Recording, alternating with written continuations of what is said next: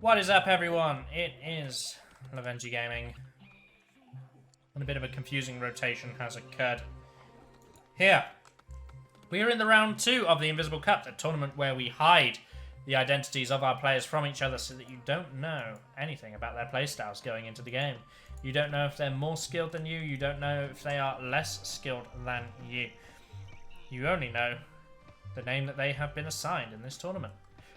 This is the first map of this best of 3. It is Dead Sea, and playing as the red tribe in the yellow base, it is Pop TB Bloodlust. Won both of his games in about 10 minutes for his round 1 matches. His opponent, playing as the yellow tribe from the blue base, it is Populous The Beginnings, Brave. So it looks like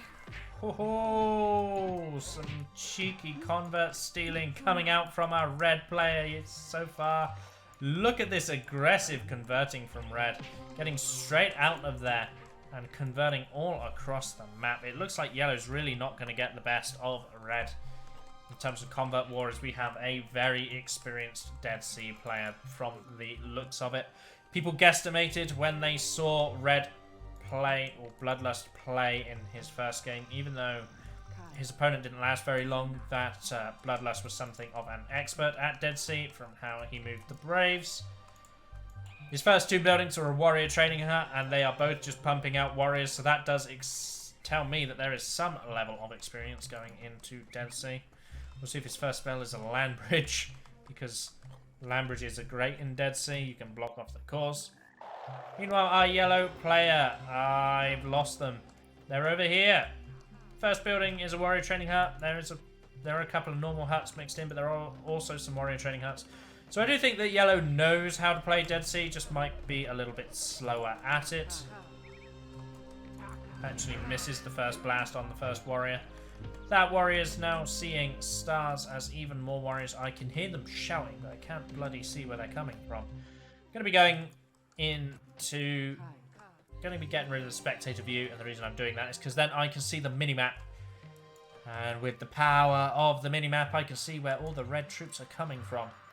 So warriors coming from here, going to be raiding down onto the warrior training hut of a yellow. Shaman needs to pull back and retreat in order to deal with it. Red's gone as far as to build a fire warrior training hut in the secondary base and even train some fire warriors. Now that's good for the longevity of a game of Dead Sea, because the initial warrior rush does the damage to your opponent, but as the game starts to slow down and both opponents get more stabilized, fire warriors in huts help defend against a trickle of warriors, as well as just fire warriors dotted around towers. They can help fortify positions, soften up warriors, and help you counter-troop them. It looks like the red shaman's first spell was a tornado, not a land bridge, so perhaps a little bit of mercy being shown from red. Or perhaps red is a smarter player than me for that second, because actually blue can get out of the base from over here for some reason, thanks to the new pathfinding. So if you block this with a land bridge, everything just starts leaving by here. It takes forever, but it does happen. Tornado from our red player onto one of the warrior training huts of yellow. That's going to slow down the rate of warriors, meaning these trades have to be as efficient as possible. Fortunately, yellow has not been launching any counterattacks with his own warriors, actually.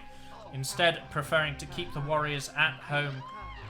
Nice double blast from the yellow shaman, actually securing the kill on red and alleviating a little bit of the pressure there.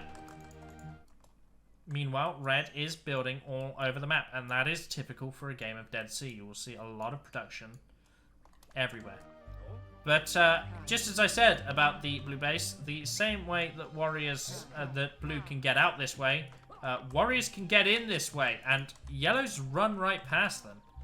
As red warriors start to trickle all over yellow's base, it might just be a very quick GG. Yellow's launching a counter-attack.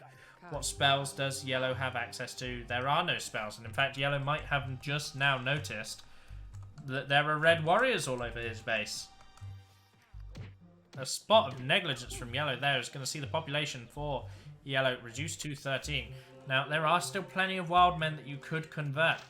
Wild men respawn is disabled, so those are still just the raw wild men that the map come with.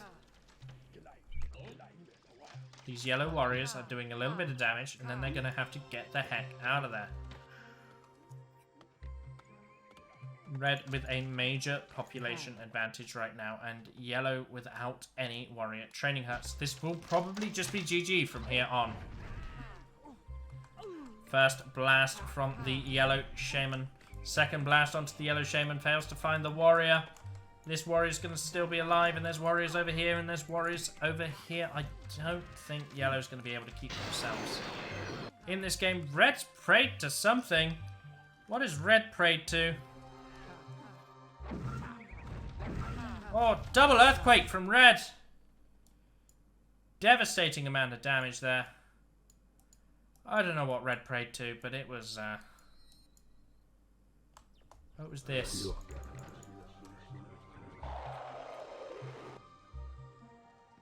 Double earthquake coming out from red onto the yellow base. Yellow is down to 10 population, struggling.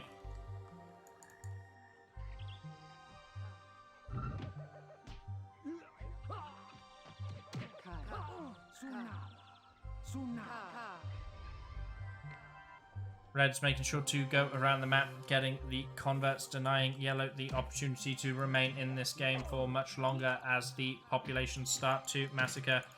The yellow shaman is inactive. I strongly suspect GG is called from both players. Nice little bit of sportsmanship. Pop TB Brave surrenders, going down to Bloodlust in a 7-minute game on Dead Sea. Bollocks! I've got to do the Patrol of Shame and charge the Volcano of Shame because I forgot to set myself as a spectator. What is up, everyone? It is Lovenji. I'm going to need someone in my chat to provide me with the population updates because I done goofed. The Volcano of Shame is now active. Down 1 game. Playing as the yellow tribe in the red position. It is Pop TB Brave. Playing as the red tribe, requesting the yellow base as it was not his map pick. Up 1 game, having taken a decisive victory on Dead Sea, it is Pop TB Bloodlust. This map, of course, is Yggdrasil. It is a 1v1 variant of Pressure Point with very few differences. The major difference that you need to know is that this is not Armageddon. Well, not only that, but that no one ever prays for it. This is not Armageddon, it is in fact a free volcano. Much like the one that I am charging because I forgot to set myself as a spectator. So the first thing that we can notice now that the introductions are underway is that Red's Fire Warrior Training Hut is misplaced. What do I mean by misplaced? Well, I mean you put your Fire Warrior Hut typically here.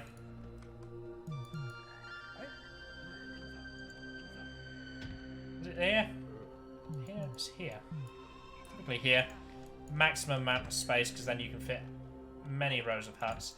But it looks like red doesn't typically care about that. That's the bright side of not being a spectator, is I have huts. I have huts, I have towers, I have warrior training huts, and I have a fire warrior training hut. But it looks like red has gone for a slightly unorthodox positioning. He's actually come forward to sort of intercept some of the fire warriors. Shaman moving forward, just getting a preliminary blast onto a couple of yellow's fire warriors as they were moving their way towards the towers. Nicely placed blast from the yellow shaman, manages to secure herself some defense against that little bit of early pressure, but red has come out the gate very aggressive, built lots of towers, got a couple of them filled as well. Red is playing fantastically fast right now, and that has to be said to Red's credit. Look, all of these huts, there is definitely some misplacing going on here, but because of this as well. There's definitely some misplacing going on here. our red player not going for the most efficient yellow base build. But he is out of the gate fast, and he is being aggressive. He hadn't even finished converting the back of his base yet. So the first thing he did on respawning was actually finish his convert. So we're not going to see what spells the players have access to, because I've got to set myself as a spectator. But it does look like our yellow shaman is going to push forward a little bit. Nope, change her mind. Nope, yep, nope, yep, nope, yep, nope. She doesn't know where she wants to go. As the warriors from yellow go to scare away the warriors from red. Red is making a play for the middle ground. Is actually going to be trying to come in at yellow's side here with the use of the warriors. Fire warrior actually fires a cheeky shot on the shaman. That could be important for the inevitable shaman duel that is to come. Yellow warriors, meanwhile, tearing down a tower, but they need to be careful because that fire warrior in the distance does have range of them and will eventually shoot them down if left unchecked. Red shaman went into the yellow hut with the warriors for the protection. Takes another... Wow, what a lightning from our red shaman. Takes out one of the towers, but also sends the yellow shaman rolling into the water. Very unfortunate positioning there. Very smart lightning play from our red shaman. And our red shaman is just coming out of the gate. People might say that it's because Earthquake is trolling because we haven't seen Earthquake train any warriors, but I think Bloodlust is showing us some of the most dominant Populous play I think I've ever seen. Very aggressive early on. Probably doesn't even have the Earthquake, but we're seeing some very aggressive plays coming out here. Fire warrior shot coming out from red, going to take the shaman down. The warriors are still alive, on both fronts. Warriors have been spread out nicely. Fire warriors patrolling instead of being put in towers potentially could be called on for the defense, or perhaps just there as additional pressure as the yellow shaman throws down a swarm. Feeling the pressure, she throws down an earthquake onto the defense of our red player. Four fire warriors do go down there.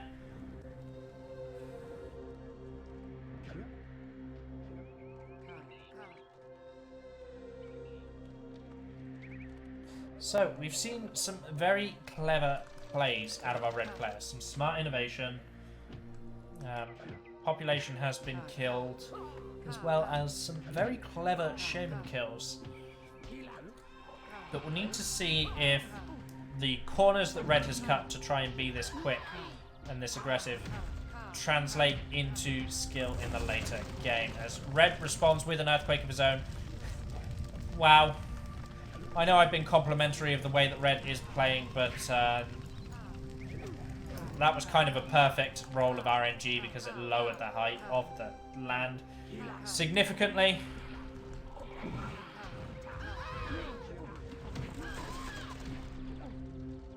Looks like red's coming in with a secondary earthquake into the center of the red base. So double earthquake coming out for our red player as our yellow shaman throws down a ghost shaman. Probably not the cast that our yellow shaman wants to play.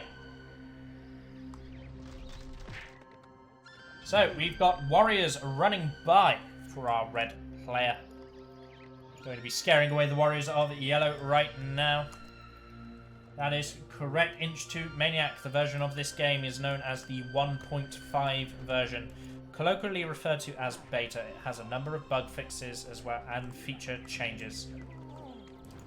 The red warriors are going to be stuck fighting beneath the yellow towers, which means while they will get a couple of kills, they're going to get softened up very quickly. Perhaps not as quickly as I thought, as they were firing at this individual warrior instead of the pack of 3 warriors. Ghost army is coming down for our red shaman player here. The ghost of yellow perhaps being a little bit distracting, as our yellow shaman moves back and forth. The ghost getting in combat with the red, but are you just going to let red into your base? First blast is good, but red gets an earthquake off for free. Yellow's decision to just let red into the base didn't seem like a very smart one there, as that earthquake cuts on the perfect horizontal and takes out additional huts. Yellow is definitely under pressure right now.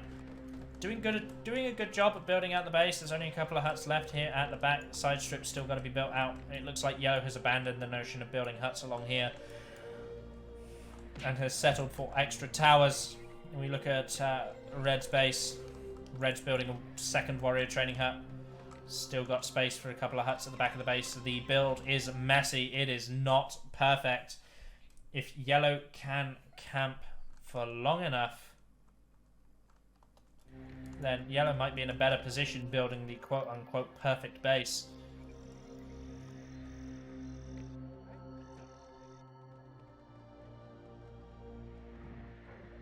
Here we are. The Red Shaman is looking to make another move, going towards the middle ground.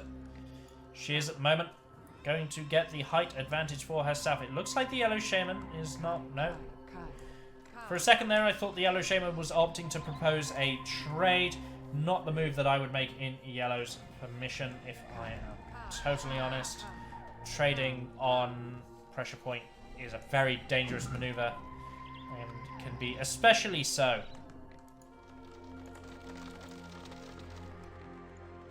when you've already taken a bunch of damage. Now, I criticised this about one of the players in an earlier cast. What I do like about Yellow is Yellow has wasted no time in throwing down additional towers. There are just so many towers for our Yellow player, and our Yellow player has been caught out of position as Red comes in with a quick side door.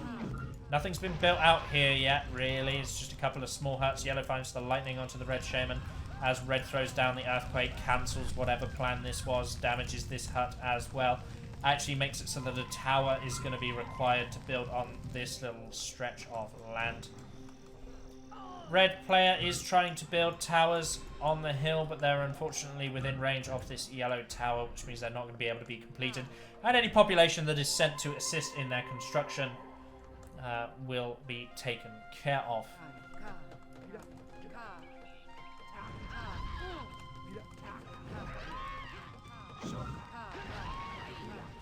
Well-placed lightning from our Yellow Shaman does secure the kill on the Red Shaman. Now, there is a large amount of Red Warriors going towards the middle, but at the moment they are currently idle within the range of a tower. Oh no, the tower shooting at the at the guard tower remains. Now it's shooting at the Warriors. Another Earthquake from Yellow is starting to strip back Red's defense. Red is now in a very exposed position, so although Red absolutely has a higher population than Yellow right now, Yellow is actually sporting the better defense, has kind of corrected some of the mistakes. Yellow's still very weak on this side. A quick land bridge along here. You know, this is one lightning, two lightnings. Two lightnings and a land bridge, and you're into Yellow's base here.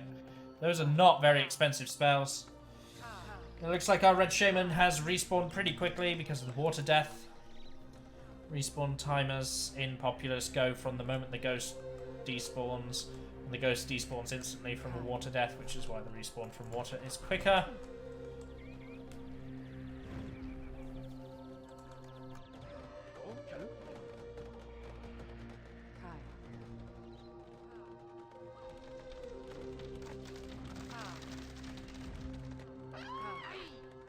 Yellow Shaman getting bullied by a couple of towers. It looks like a trade is about to be proposed. We've got Yellow Warriors in a run by on Red's middle strip, but Red is just going straight into the front. Won't even need the lightnings with this many warriors. Yellow has probably seriously overestimated the strength of their defenses from the side, because their side defense is strong. But overall, their defense is not. Warriors are going to be blasted by the Yellow Shaman. The Red Shaman is going to get an earthquake out in the heart of the base. In fact, it's a double earthquake from our Red Shaman. Oh, Red Shaman sinks into the water, but she's already used both of her earthquakes, so she won't be too sad about that. Yellow player has lost a fair amount of huts here. A good amount of population as well. I wish I hadn't forgotten to set myself as a spectator. This would be very interesting to know what the populations are at this point in the game to gauge just how far ahead Red is.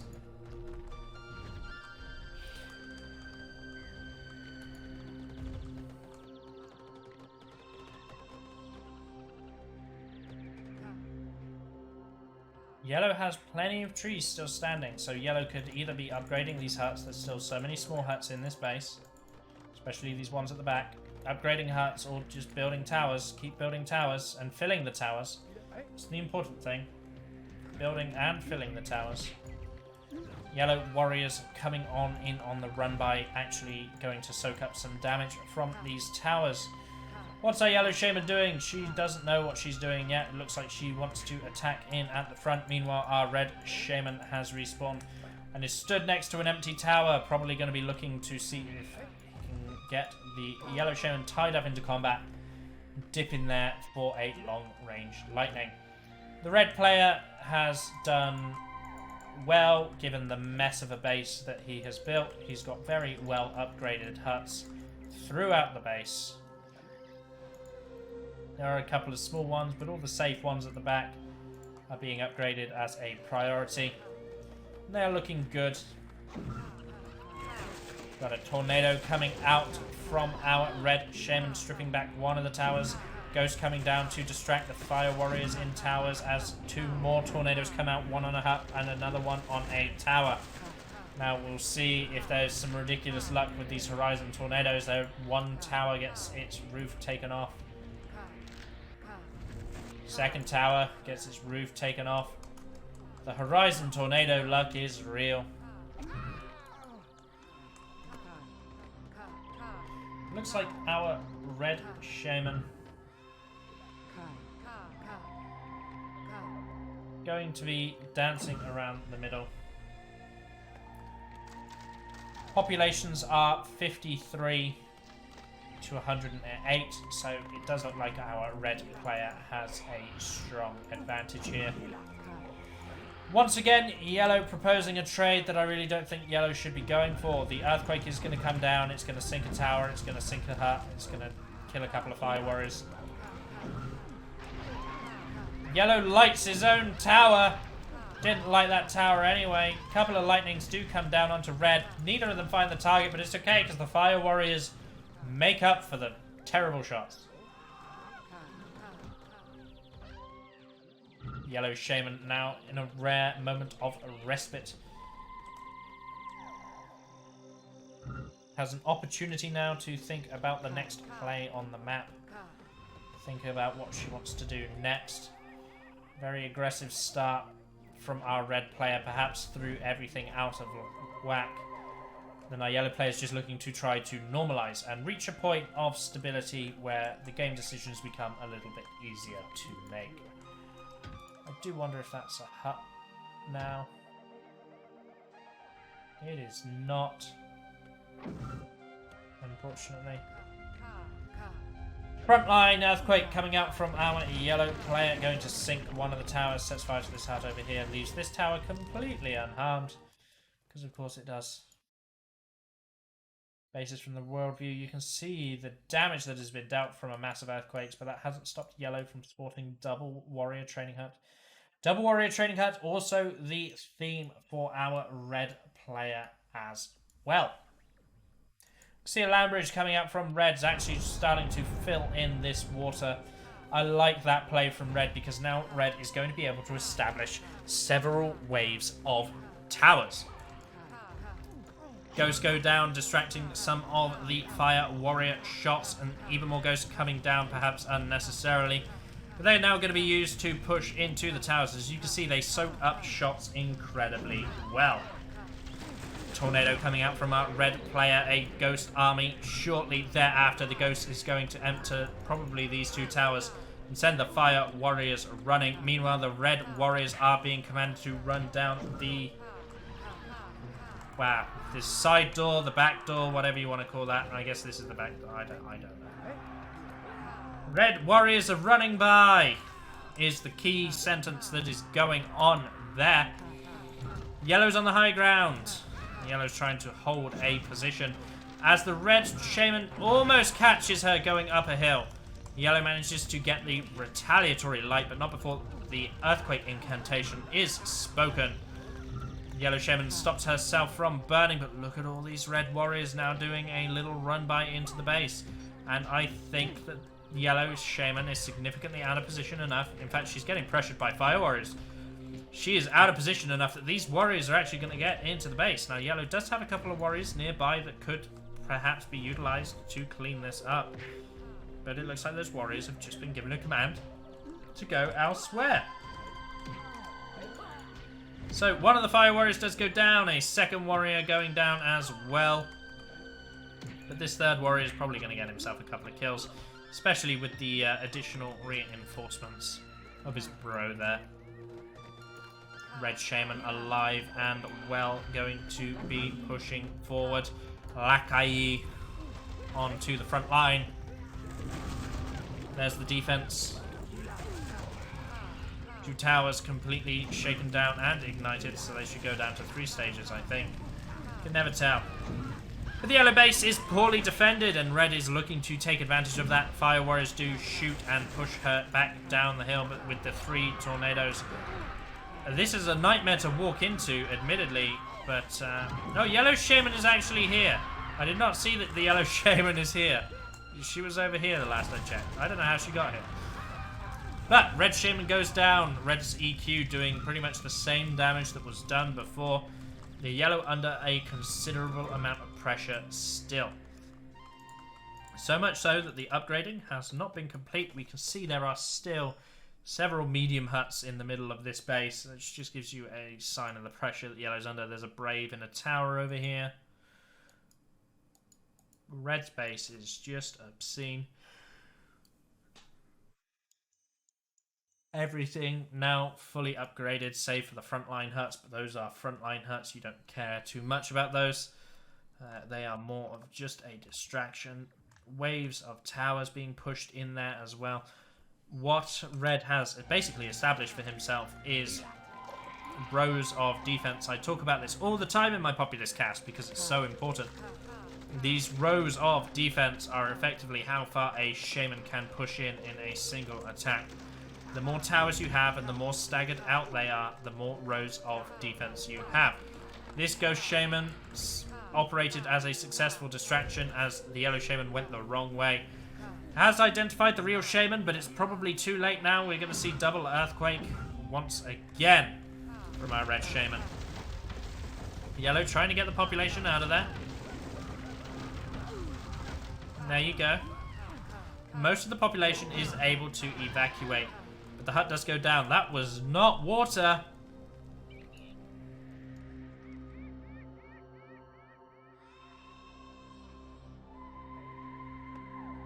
Do apologize. I am aware that I said that point a little bit confusingly when I said the more rows of defense you have, the more defense you have.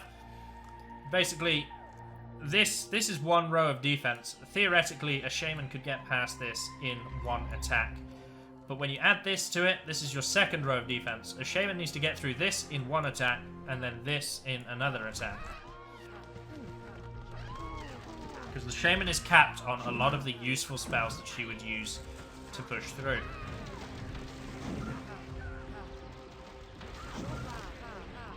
Out comes the lightning from our yellow shaman, failing to find the mark onto the red shaman. This is a fake. This one is real. Filling in the land with a land bridge, continuing to expand forward the zone of control. With every land bridge comes more red huts, more red towers, more red possession. Population roughly about 67 to 160 for our red player. Manages to secure a well-placed light on our yellow player. Earthquake does go down.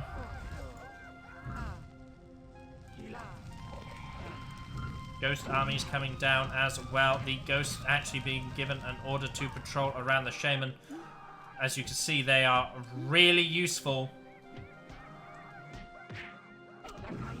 Really, really useful are these two patrolling ghosts. Another earthquake does go down. The fire warriors are applying pressure to the red shaman, but actually not really, because they're just shooting whatever they feel like. They weren't shift-clicked onto her. They lose interest and start shooting at the warriors. Landbridge going to flatten down this little mountain, but it does look like yellow is just going to call the GG. Red casting another earthquake. Red says GG. Yellow says GG.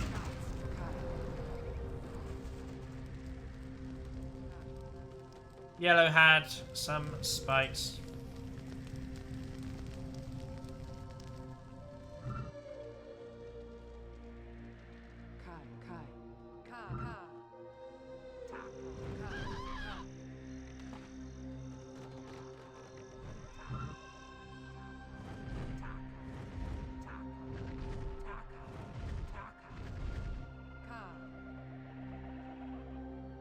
Red's showing off a little bit. Perhaps testing his own lag spikes. Throwing out a number of quick blasts. Another earthquake going to shake down the huts. And another. You can see Red's population. He's charging earthquakes so quickly. He doesn't need to charge anything else. Haha! Maybe a land bridge to stop that happening. Looks like Yellow's doing one last little Hail Mary YOLO play with the Warriors, but they have been cleaned up by Red's Warriors. In theory, we should see the surrender anytime soon. I would hope we see the surrender anytime soon. It'd be nice to see the surrender anytime soon.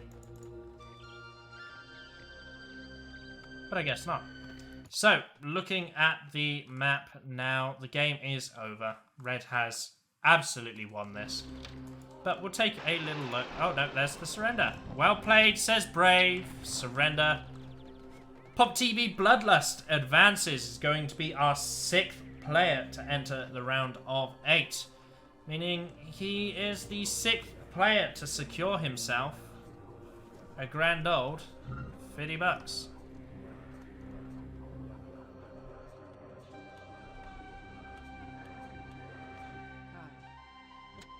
Can I kill myself so that Red wins? Rip. Oh, this is going to be so difficult. Oh, okay. I just surrender. There you go. Red is our winner. I was trying to figure out how to get out of that game and then remembering that 1.5 has a surrender function. Fantastic. So,